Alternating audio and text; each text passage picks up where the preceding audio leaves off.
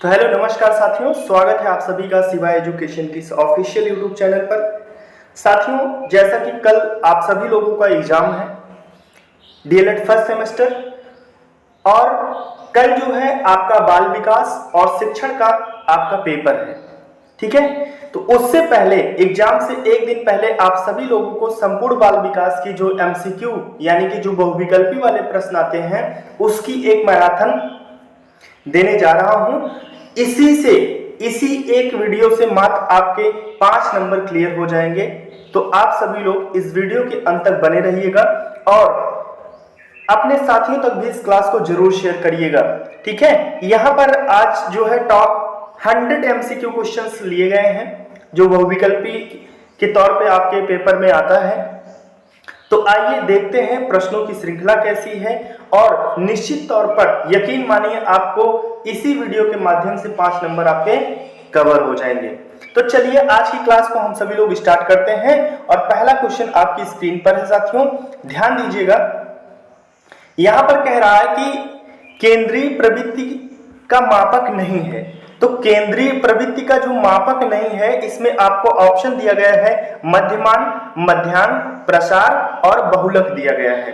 तो देखो, केंद्रीय प्रवृत्ति की माप का अगर हम माप की बात करते हैं तो इसमें आपको पूछा है नहीं। ठीक है, ध्यान दीजिएगा, 5 नंबर का प्रश्न बनता है बहुविकल्पी में, और यहां से तो आपके बनेंगे आपके 10 से 15 क्वेश्चन। ठीक है, तो ऐसे आपके यहीं से कवर हो जाएंगे। ठीक, तो अब हम बात करते हैं। तो देखो, इसमें मध्यमान होता है, मध्यांक होता है, साथ में बहुलक होता है। अगर हम बात करते हैं तो इसमें प्रसार जो होता है वो केंद्रीय प्रवृत्ति का माप नहीं होता है, इसलिए हमारा राइट आंसर जो होगा, हमारा right answer option number C हो जाएगा। ठीक है, चलिए आगे बढ़ते हैं अगले प्रश्न की तरफ। और अगला क्वेश्चन कह रहा है कि यहां पर देखिएगा, थार्नडाइक ने सीखने से संबंधित मुख्य कितने नियम दिए। तो थार्नडाइक ने सीखने से संबंधित मुख्य जो सिद्धांत प्रतिपादित किया है अपना, वो कितना किया है, तो वो उन्होंने 3 सिद्धांत दिए हैं, मुख्य 3 हैं। ठीक है, इनके 2 सिद्धांत आते हैं। तो आप सभी लोग देखो, एक मुख्य है, ठीक है, एक मुख्य है और एक जो है वो इनका गौड़ होता है। तो आप देखो यहाँ पे मुख्य तो इनके 3 हैं, तत्परता, प्रभाव और जल्दी से कमेंट करिएगा, तत्परता, प्रभाव और कौन सा है, जल्दी से एक बार कमेंट करके बताइएगा। और साथ में आप लोग ये भी कमेंट करिएगा कि इनके गौड़ नियम कितने हैं। ठीक है, चलिए आगे बढ़ते हैं, आप लोग कमेंट करते रहिएगा। अगला क्वेश्चन देखिए, स्क्रीन पर ये कह रहा है कि नवजात शिशु में हड्डियों की संख्या कितनी होती है। तो नवजात शिशु में देखो, अगर अवस्था की बात करते हैं तो नवजात शिशु किसमें होता है, शैशवावस्था में होता है। ठीक है, शैशवावस्था, साथ में अगर हम बात करते हैं तो बाल्यावस्था आती है इसके बाद, और इससे आगे अगर हम बात करते हैं तो इससे आगे क्या आ जाएगा आपका, किशोरावस्था। ठीक है, किशोरावस्था। अगर इसमें बात करते हैं तो इसमें आपकी 200, ठीक है, 270 हड्डियां होती हैं। इसमें 300, कहीं कहीं पर 306, 5 भी दिया रहता है। ठीक है, 305 या 6 भी दिया रहता है, और किशोरावस्था में यही जो है 206 पहुंच जाती है। ठीक है, तो इस क्रम को याद रखिएगा। अब आपसे पूछ रहा है कि नवजात शिशु, तो नवजात आएगा आपका शैशवावस्था में, तो इसलिए हमारा जो आंसर होगा वो 270 इसका राइट आंसर हो जाएगा। अगला क्वेश्चन देखिएगा, अगला क्वेश्चन कह रहा है कि क्रिया प्रसूत, ठीक है, क्रिया प्रसूत अधिगम सिद्धांत के प्रतिपादक कौन है। तो क्रिया प्रसूत अधिगम सिद्धांत के प्रतिपादक कौन है, स्किनर है। ठीक है, बीएफ स्किनर इसका राइट आंसर हो जाएगा। और क्रिया प्रसूत अधिगम का सिद्धांत पूछा इसलिए याद रखिएगा, टॉलमैन का चिन्ह अधिगम का सिद्धांत होता है। ठीक है, कौन सा, चिन्ह अधिगम का सिद्धांत है इनका। और साथ में कोहलर का तो आप जानते ही हैं, हल का तो आप जल्दी से जो भी जानते हैं कमेंट कर दीजिएगा, कोहलर का कौन सा सिद्धांत है। ठीक है, तो अंतर्दृष्टि सूझ वाला पढ़े ही होंगे, तो वो आप कमेंट कर सकते हैं, और आप हल के लिए एक बार जरूर कमेंट करिएगा कि इनका कौन सा सिद्धांत है। चलिए आगे हम बात करते हैं अगले प्रश्न की। और अगला प्रश्न कह रहा है साथियों कि आपराधिक प्रवृत्ति का सर्वाधिक विकास किस अवस्था में होता है। तो आपराधिक प्रवृत्ति का, आपने सुना होगा कि तनाव और संघर्ष की उम्र, ठीक है, लड़ाई झगड़ों की उम्र जो होती है वो कौन सी अवस्था होती है, वो आपकी होती है किशोरावस्था, यानी कि राइट आंसर जो होगा आपका, right answer option number C हो जाएगा। ठीक है, यहाँ पर देखिएगा आपराधिक प्रवृत्ति पूछा है तो इसलिए इसका आंसर, और खिलौनों की उम्र, ठीक है, इसको बोलते हैं गंदी उम्र, ठीक है, गंदी उम्र बोलते हैं। अब ऐसा नहीं है कि गंदी, मतलब ऐसी अवस्था ही है कि इसमें गंदी उम्र इसका नाम दिया गया है। और संघर्ष और तनाव की उम्र किशोरावस्था, तो ये भी आप लोग याद रखिएगा। आगे अगर हम बात करते हैं तो इसी क्रम में ध्यान दीजिएगा, कह रहा है क्वेश्चन की संज्ञानात्मक क्षमता की कमी से व्यक्तित्व में कठिनाई होती है। मतलब अगर किसी व्यक्ति में संज्ञानात्मक क्षमता की कमी है तो उस व्यक्ति में कौन सी कठिनाई आपको देखने को मिलेगी। तो याद रखिएगा, संज्ञानात्मक अगर आता है तो वहां पर आप बौद्धिक विकास के बारे में बात करेंगे, ठीक है। तो उसमें जो होगा, अगर किसी व्यक्ति में संज्ञानात्मक क्षमता की कमी है तो उसमें बौद्धिक विकास, यानी कि ऑप्शन बी इसका राइट आंसर हो जाएगा, बौद्धिक विकास में कठिनाई देखने को मिलेगी। ठीक है, चलिए अगला क्वेश्चन देखिएगा, किसी दूसरी वस्तु की अपेक्षा एक ही वस्तु पर चेतना व अवधान, यह कथन किसका है। देखो अगर हम बात करते हैं ये कथन वाला, तो ये बहुत इंपॉर्टेंट हो जाता है आपकी परीक्षा की दृष्टि से, क्योंकि यहां से क्वेश्चन निश्चित तौर पर बनेगा। ठीक है, कथन वाले क्वेश्चन जरूर मिलेंगे आपको। तो किसी दूसरी वस्तु की अपेक्षा एक ही वस्तु पर चेतना का केंद्रीकरण अवधान है, यह कथन है प्रोफेसर डम्बिल का। ठीक है, डम्बिल इसका राइट आंसर हो जाएगा, यानी कि ऑप्शन नंबर सा हो जाएगा। ठीक, चलिए अगला प्रश्न देखिएगा। अगला कह रहा है कि बुद्धि का विकास लगभग पूर्ण हो जाता है। तो बुद्धि का विकास लगभग किस अवस्था में, भाई शैशवावस्था में तो पूर्ण नहीं हो सकता, बाल्यावस्था में हो नहीं सकता, और सभी अवस्था कह रहा है मतलब शैशव में भी हो सकता है, बाल्य में भी, ऐसा नहीं है। इसका राइट आंसर जो होगा वो ऑप्शन नंबर क्या हो जाएगा, इस प्रश्न के अकॉर्डिंग ऑप्शन सा जो है वह बिल्कुल आपका करेक्ट आंसर हो जाएगा। ठीक है, चलिए अगला क्वेश्चन देखिएगा, कह रहा है कि सीखने, ठीक है, सीखने को प्रभावित करने वाले सबसे प्रभावपूर्ण कारक कौन माना जाता है। सीखने को प्रभावित करने वाला सबसे महत्वपूर्ण कारक किसको माना जाता है। तो याद रखिएगा, इसमें साथियों क्या हो जाएगा, प्रेरणा जो होता है, प्रेरणा, यह आपका क्या हो जाता है। अगर किसी में मोटिवेशन ही नहीं है किसी चीज को लेकर के, तो वो सीखने में उतनी रुचि नहीं है। देखिए अगर कोई रुचि कह रहा है तो रुचि भी तभी आएगी जब आपके अंदर प्रेरणा होगी। अगर किसी कार्य को करने के लिए आपके अंदर प्रेरणा होगा, मोटिवेशन होगा, तभी आप उसमें इंटरेस्ट लेंगे ना, यानी कि रुचि दिखाएंगे। तो इसलिए इस प्रश्न का आंसर क्या हो जाएगा, ऑप्शन आ जो होगा वो बिल्कुल करेक्ट हो जाएगा। चलिए अगला क्वेश्चन देखते हैं। अगला कह रहा है कि बालक के अभिप्रेरणा उत्पन्न करने का प्रमुख स्रोत क्या है। तो देखो उद्दीपक, रुचि, आवश्यकता या उपयुक्त सभी। तो ध्यान दीजिएगा, इसमें आपका उद्दीपक भी होना चाहिए, रुचि भी होना चाहिए, और आवश्यकता नहीं होगी तो वो रुचि ही क्यों दिखाएगा या उद्दीपक ही क्यों होगा। तो इस प्रश्न का जो आंसर होगा, आंसर हो जाएगा ऑप्शन नंबर डी। ठीक है, तो बालक के अभिप्रेरणा उत्पन्न करने के प्रमुख स्रोत उपयुक्त सभी हो जाएंगे।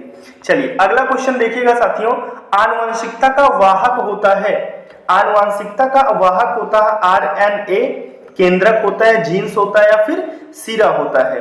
तो देखो आनुवंशिकता की बात करते हैं तो साथियों देखिए याद रखिएगा, जीन्स शब्द अगर कहीं आपको दिखे तो आप उसको सीधा आंसर करिएगा बिना सोचे समझे, क्योंकि आनुवंशिकता का संबंध जो होता है वो किससे होता है साथियों, जीन से होता है। ठीक है, यहां तक बातें क्लियर है। तो आगे हम बढ़ते हैं साथियों। देखिए आप लोगों की एक जिम्मेदारी ये भी है कि आप क्लास को शेयर करते रहिएगा, और निश्चित तौर पर यहीं से आपको प्रश्न देखने के लिए मिलेंगे साथियों। बहुत ही अच्छे तरीके से प्रश्नों को यहाँ पर शामिल किया गया है।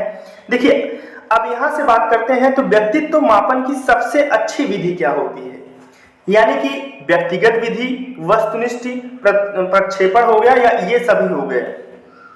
तो देखो इसमें अगर हम बात करते हैं सबसे अच्छी विधि के बारे में, तो प्रक्षेपण विधि सबसे अच्छी विधि मानी जाती है व्यक्तित्व मापन की। ठीक है, व्यक्तित्व मापन की सबसे अच्छी विधि कौन सी होती है, प्रक्षेपण विधि होती है। आगे बात करते हैं साथियों, अगला क्वेश्चन देखिएगा। अगला क्वेश्चन कह रहा है कि जो भाटिया बैटरी परीक्षण है, भाटिया बैटरी परीक्षण संबंधित है किससे? अभिरुचि से, व्यक्तित्व से, बुद्धि से, या इनमें से कोई नहीं। तो याद रखिएगा जो भाटिया है यह किससे संबंधित है? यह बुद्धि से संबंधित है। इस प्रश्न का आंसर क्या हो जाएगा? भाटिया बैटरी परीक्षण जो है वो बुद्धि से संबंधित है। चलिए अगला प्रश्न देखते हैं। अब अगला प्रश्न कह रहा है साथियों कि शिक्षा में सृजनात्मकता का प्रयोग किस रूप में होता है? सीखने के रूप में, चिंतन के रूप में, तर्क के रूप में, या फिर कल्पना के रूप में? तो याद रखिएगा शिक्षा में सृजनात्मकता का प्रयोग जो होगा वह किसमें होगा? सृजनात्मकता आप सुने ही होंगे ना, ये किसमें आता है? चिंतन में आता है। ठीक है, सृजनात्मकता जो होता है वो चिंतन में आता है। कितना ज्यादा आप सोच सकते, मतलब चिंतन कर सकते हैं, ये आपका डिपेंड करता है सृजनात्मकता पर। ठीक है, चलिए आगे अगर हम बात करते हैं 15 नंबर का क्वेश्चन है, और 15 नंबर क्वेश्चन में क्या कह रहा है ध्यान दीजिएगा। पियाजे के अनुसार बालक के संज्ञानात्मक विकास की जो स्थितियां हैं वह कितनी हैं? तो देखो ये 2023 में जितने प्रश्न हो रहे हैं सभी आपके प्रीवियस ईयर में आए हुए हैं, 2019 से लेकर के 2023 के बीच। तो संज्ञानात्मक विकास की साथियों अगर हम बात करते हैं तो इनकी जो है वो टोटल 3 विधियां हैं, 3 स्थितियां बताए हैं। ठीक है, तो पियाजे ने संज्ञानात्मक विकास की 3 स्थितियों का वर्णन किया है। ठीक है, समय का अभाव इसलिए पूरा डिटेल नहीं, आप लोग बस इतना याद रखते चलिएगा, दिमाग में इसको फिट कर लीजिएगा पूरा क्वेश्चन। ठीक है, चलिए अब ध्यान दीजिएगा अगला क्वेश्चन कि बाल विकास के अंतर्गत निम्नलिखित आयु वर्ग हैं। तो देखो बाल विकास के अंतर्गत अगर हम बात करते हैं तो 25 से 35, देखो ये सब तो आंसर हो ही नहीं सकते। क्यों? क्योंकि विकास जो होता है, बाल विकास जो होता है वो 0 यानी कि शैशव अवस्था से प्रारंभ होता है। ठीक है, कहां से प्रारंभ होता है? शैशव अवस्था से। तो इसलिए हमारा जो होगा, हमने पढ़ा भी है कि 0 से लेकर के 5 या 6 वर्ष की उम्र जो होती है वो शैशव अवस्था होती है, और 5 से या 6 से लेकर के 12 वर्ष की उम्र जो होती है वह बाल्य अवस्था होती है। ठीक है, और 12 से लेकर के 18 वर्ष जो होता है वो शैशव अवस्था होता है।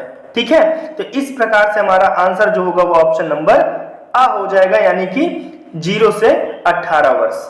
ठीक है, चलिए आगे बढ़ते हैं अगले क्वेश्चन पर। अगला क्वेश्चन कह रहा है कि बुद्धि का विकास लगभग पूर्ण हो जाता है। देखिए ऐसे ही क्वेश्चन बनेगा, अभी क्या आया था? विकास कितने पूर्ण हो जाता है, किस अवस्था में पूर्ण हो जाता है? तो बुद्धि का विकास जो है वो लगभग पूर्ण हो जाता है किसमें? तो साथियों याद रखिएगा इस प्रश्न का भी आंसर वही होगा। ठीक है, किशोरा अवस्था में। तो किशोरा अवस्था में बुद्धि का विकास क्या हो जाता है?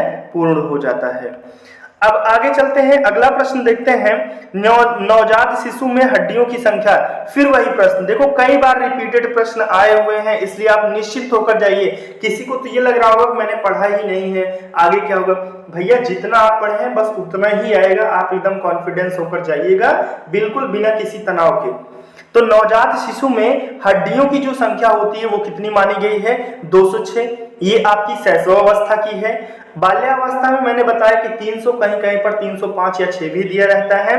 साथ में अगर हम बात करते हैं आपको, अगर किशोरावस्था की बात करते हैं, जब एक वयस्क शरीर हो जाता है तो उस समय आपकी 206 हड्डियां हो जाती हैं। ठीक है, चलिए अब अगर बात करते हैं यहां से सीखने को प्रभावित करने का सबसे महत्वपूर्ण कारक, फिर देख लो वही प्रश्न आपको बार बार मिलेगा, वही प्रश्न। ठीक है, क्योंकि कई बार ये आए हुए प्रश्न है, तो इसलिए आप निश्चिंत रहिए कि आपको कहीं बाहर से देखने को क्वेश्चन मिलेगा। ठीक है, अब यहां समझिए, यहां कह रहा है कि सीखने की सही परिभाषा क्या है? आदेशों का पालन करना, रटना, अनुभव और प्रशिक्षण द्वारा व्यवहार में परिवर्तन, या दूसरों के साथ काम करना। तो याद रखिएगा इसमें अनुभव और प्रशिक्षण के द्वारा व्यवहार में परिवर्तन ही सीखना कहलाता है, यानी कि लर्निंग होता है। ठीक है, तो इस प्रश्न का आंसर क्या हो जाएगा साथियों? इसका भी आंसर क्या हो जाएगा? ऑप्शन नंबर सी हो जाएगा, यानी कि अनुभव और प्रशिक्षण द्वारा व्यवहार में परिवर्तन ही सीखना होता है। ठीक है, देखिए आज बहुत डिटेल में पढ़ाना कोई औचित्य नहीं बन रहा है, क्योंकि कल ही आपका एग्जाम है। ठीक है, चलिए ध्यान दीजिएगा, अगला है प्रयत्न एवं भूल। ठीक है, ये भूल है। प्रयत्न एवं भूल सिद्धांत का प्रतिपादन किसने किया था? तो साथियों इसको किसने किया था? थार्नडाइक ने किया था। ठीक है, थार्नडाइक ने किया था। इसका भी आंसर क्या हो जाएगा? ऑप्शन नंबर सी हो जाएगा। अगले प्रश्न की बात करते हैं तो बालक के नैतिक विकास का तात्पर्य उसके किस विकास से होता है, यानी कि सामाजिक विकास, शारीरिक विकास, धार्मिक विकास, चारित्रिक विकास। तो देखो, अगर बात करते हैं बालक के नैतिक विकास का जो तात्पर्य होता है वो उसके चारित्रिक विकास से होता है, यानी कि ऑप्शन जो आपका आंसर होगा वह क्या हो जाएगा? द हो जाएगा। ठीक है, चलिए आगे बढ़ते हैं, क्वेश्चन नंबर 23 पर चलते हैं और ध्यान दीजिएगा, यहाँ पे अगर हम बात करते हैं निम्न में से कौन सा प्रकार मनोवैज्ञानिक है? तो बहिर्मुखी, सैद्धांतिक, भक्तिहीन, राजनैतिक। अब देखो, मनोवैज्ञानिक जो होते हैं, मनोवैज्ञानिक जो होता है वो कई प्रकार से चिंतन कर सकते हैं। ठीक है, बहिर्मुखी, अंतर्मुखी, मतलब बहुत सारे, अगर यहाँ पे होता तो वो भी आपका आंसर हो जाता, इसलिए इस प्रश्न का आंसर क्या हो जाएगा? बहिर्मुखी हो जाएगा, बहिर्मुखी।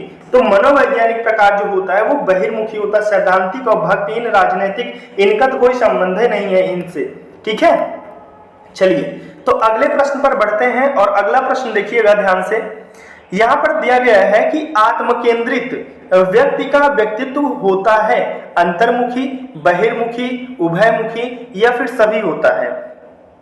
तो देखो, आत्मकेंद्रित यानी कि जब हम खुद से अपने अंदर ही चिंतन करते रहते हैं किसी चीज को, ठीक है, किसी चीज का जब हम चिंतन करते हैं, स्वयं से करते हैं, तो वह क्या होता है? आत्म केंद्रित होता है। कभी कभी देखिए, हमको मोटिवेशन की किसी की जरूरत नहीं पड़ती है कि कोई हमको सामने वाला आके मोटिवेशन दे, लेकिन खुद भी हम मोटिवेट हो जाते हैं। तो वो क्या है? वो आत्म केंद्रित है, क्योंकि आप आत्म केंद्रित हैं, और जब आप आत्म केंद्रित होते हैं तो आपका अंतर्मुखी होगा। ठीक है, तब व्यक्तित्व जो होगा वो अंतर्मुखी, ठीक है, अंतर्मुखी होगा। और जब आप किसी दूसरे के माध्यम से मोटिवेट होते हैं तब वो बहिर्मुखी हो जाता है। ठीक है, किसी दूसरी वस्तु को, किसी फिल्म को देखकर मोटिवेट हो जाते हैं, किसी व्यक्ति से मिलकर मोटिवेट हो जाते हैं, तो वो बहिर्मुखी होता है। लेकिन जब हम स्वयं से मोटिवेट होते हैं तो वो अंतर्मुखी कहलाता है।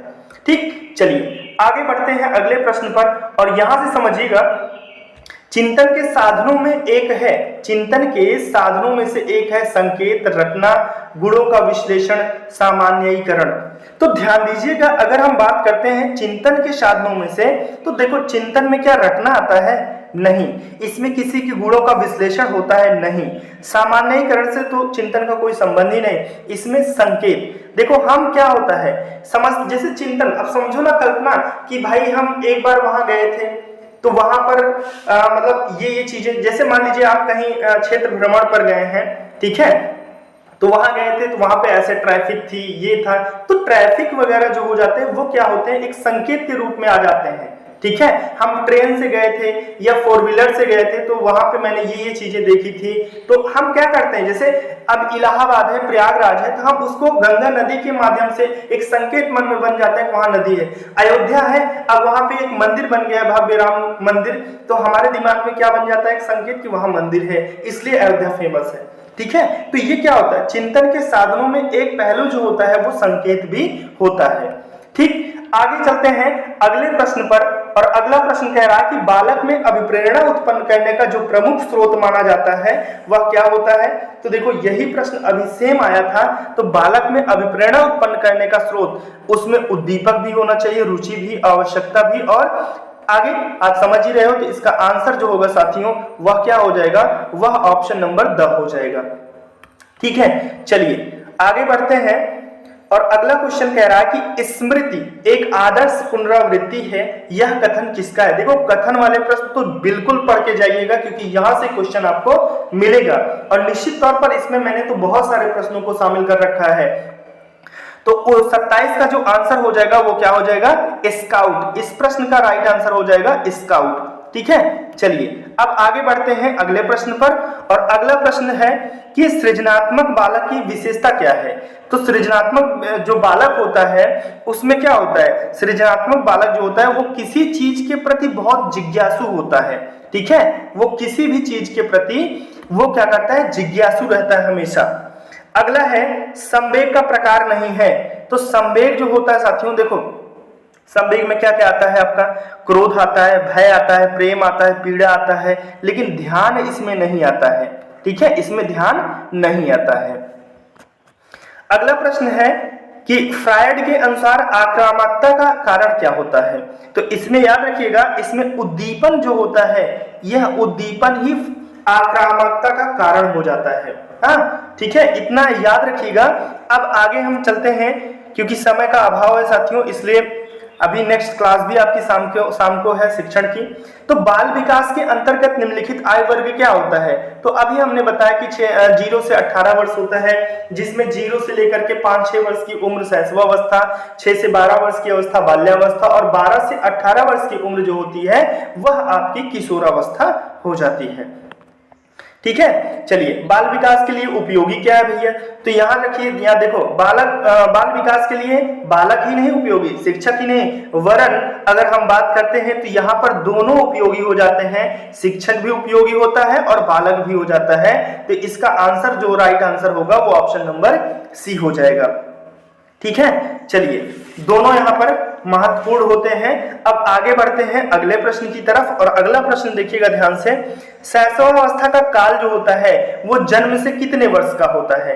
तो अभी हमने बताया कि शैशवावस्था का काल जो होता है वह होता है 0 से 6 वर्ष की अवस्था जो होती है वह शैशवावस्था का काल माना जाता है। तो इस हिसाब से हमारा प्रश्न जो होगा वो क्या हो जाएगा, ऑप्शन बी हो जाएगा, यानी कि 6 वर्ष तक। ठीक है, चलिए अगला प्रश्न ध्यान दीजिएगा। 20वीं शताब्दी को बालक की शताब्दी कहा है, तो किसने कहा है। तो याद रखिएगा साथियों, इसको क्रो और क्रो ने कहा है। ठीक है, जो 20वीं शताब्दी है वो बालक की शताब्दी है, ऐसा किसने कहा है, तो क्रो और क्रो ने कहा है। ठीक है, चलिए अगला क्वेश्चन ध्यान दीजिएगा। शैशवावस्था में जो काम प्रवृत्ति होती है वो क्या होती है। तो साथियों शैशवावस्था में सबसे प्रबल होती है, ठीक है, सबसे प्रबल होती है काम प्रवृत्ति। आप देखते हो ना, छोटे बच्चे जो शैशवावस्था में होते हैं वो उंगली को मुंह में डाल के चूसते रहते हैं हमेशा। ठीक है, कोई भी चीज पाते हैं उसको सीधा मुंह में डालने का प्रयास करते हैं। तो याद रखिएगा शैशवावस्था में जो काम प्रवृत्ति होती है वो सबसे प्रबल होती है, इस बात को भी आप लोग याद रखिएगा। आगे बात करते हैं साथियों कि बालक प्रथम 6 वर्षों में बाद के 12 वर्षों का दुगना सीख लेता है, यह कथन किसका है। बहुत इंपॉर्टेंट है साथियों, इसको याद रखिएगा, यह बहुत इंपॉर्टेंट है क्योंकि ये यूपी टेट वगैरह में कई बार आ चुका है। तो बालक प्रथम 6 वर्षों के बाद 12 वर्षों का दुगना सीख लेता है, यह कथन किसका है, गेसेल का है। ठीक है, तो याद रखिएगा, भूलिएगा मत। चलिए आगे बात करते हैं। अगला प्रश्न है, शैशवावस्था सीखने का आदर्श काल है, किसने कहा है। शैशवावस्था, अब यहीं से आप लोग याद रखिएगा, आपको बहुत सारे इंपॉर्टेंट कथन मिलने वाले हैं, तो आप इनको रटते हुए याद करते हुए दिमाग में बैठा लीजिएगा। शैशवावस्था सीखने का आदर्श काल है, किसने कहा है। तो याद रखिएगा शैशवावस्था को सीखने का आदर्श काल किसने कहा है, तो वैलेंटाइन ने कहा है। किसने कहा है, वैलेंटाइन ने कहा है, याद रखिएगा। आगे अगर बात करते हैं किशोरावस्था का जो काल है साथियों, अभी मैंने क्या बताया, किशोरावस्था का काल 12 से 18 वर्ष माना गया है। यह जो होता है यह बाल्यावस्था की उम्र है। ठीक है, बाल्यावस्था की उम्र है। तो चलिए आगे बढ़ते हैं अगले प्रश्न पर। बुद्धि का विकास लगभग पूर्ण हो जाता है। तो अभी साथियों ये देख रहे हो, यही प्रश्न आपको रिपीट होके मिलते रहेंगे। ठीक है, तो बुद्धि का विकास, इसीलिए जो आपके पास देखो, आपके पास 2 सीरीज होगी, या तो आपने पवन की सीरीज ले रखी होगी या तो आपने राजन की सीरीज ले रखी होगी, और दोनों को अगर आपने पढ़ रखा है, ठीक है, तो दोनों को पढ़ रखे हैं तो दोनों से आपको प्रश्न वही से हूबहू वही प्रश्न आपको देखने को मिलेंगे। तो बुद्धि का विकास लगभग पूर्ण हो जाता है किस अवस्था में। तो यह जो होता है बुद्धि का विकास लगभग पूर्ण हो जाता है, तो अगर हम बात करें तो ये किशोरावस्था में। ठीक है, किशोरावस्था में। चलिए आगे बढ़ते हैं। अगला प्रश्न है कि किशोरावस्था शैशवावस्था की पुनरावृत्ति है, यह कथन किसका है। किशोरावस्था शैशवावस्था की पुनरावृत्ति है, यह कथन किसका है साथियों। तो यह कथन रॉस का हो जाता है। ठीक है, रॉस का। ये इसका आंसर जो होगा वो भी क्या हो जाएगा, ऑप्शन नंबर सी हो जाएगा। चलिए अगले प्रश्न की बात करते हैं। किशोरावस्था जीवन का सबसे कठिन काल है, यह किसका कथन है। तो याद रखिएगा किशोरावस्था जीवन का सबसे कठिन काल माना है किल। देखो यहाँ पर किल पैट्रिक है।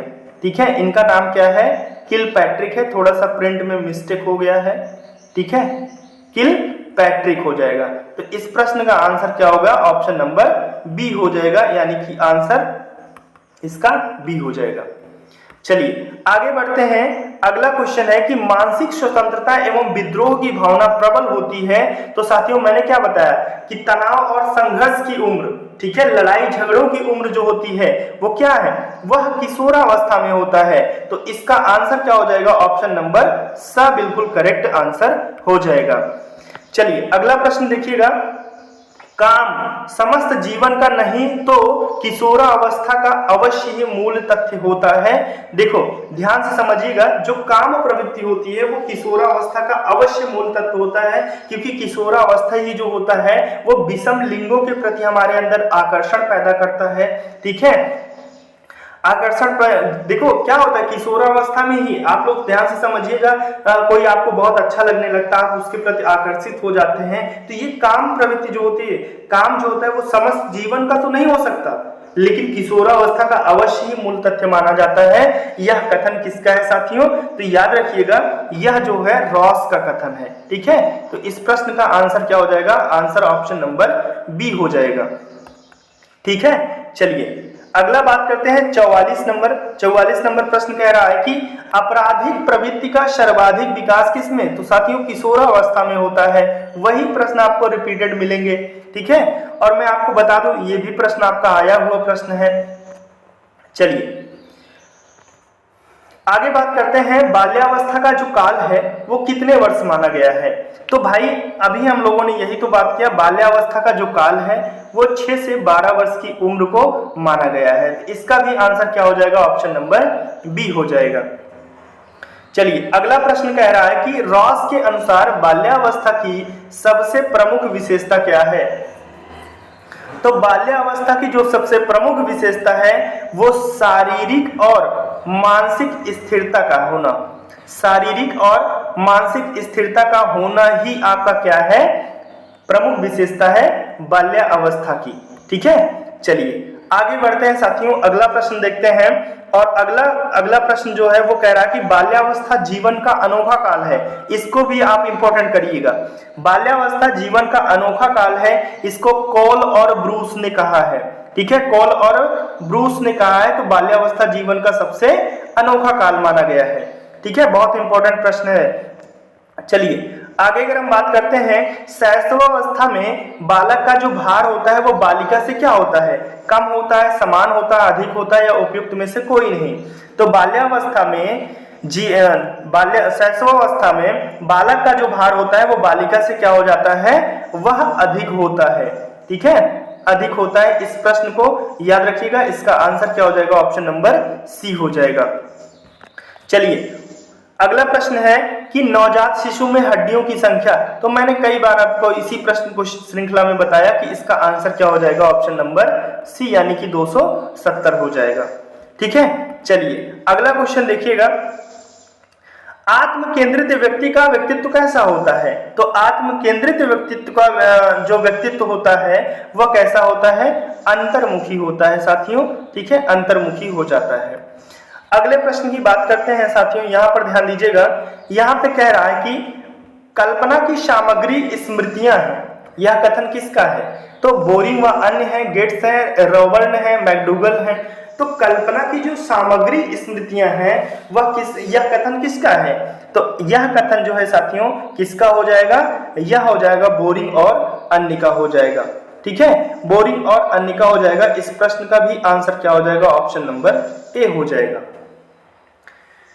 तो साथियों कैसी लगी क्लास एक बार जरूर कमेंट करके बताइएगा, और नेक्स्ट वीडियो के माध्यम से अभी आपको थोड़ी देर बाद मैं मिलने वाला हूं। तो साथियों इस चैनल को ज्यादा से ज्यादा शेयर करिएगा अपने दोस्तों के साथ में, और इसको आपने अभी तक अगर लाइक नहीं किया है तो लाइक कर लीजिएगा, और चैनल पे पहली बार विजिट किए हैं तो सब्सक्राइब कर लीजिएगा साथियों। यही मेरे लिए मोटिवेशन होगा, और उम्मीद करता हूं कि आप सभी लोगों ने बहुत अच्छे से तैयारी की होगी, और आज से ही अभी से ही आपके लिए बेस्ट ऑफ लक। जाइए एग्जाम में खूब बेहतर करके आइएगा और बिल्कुल डर कर मत जाइएगा एग्जाम में, ठीक है?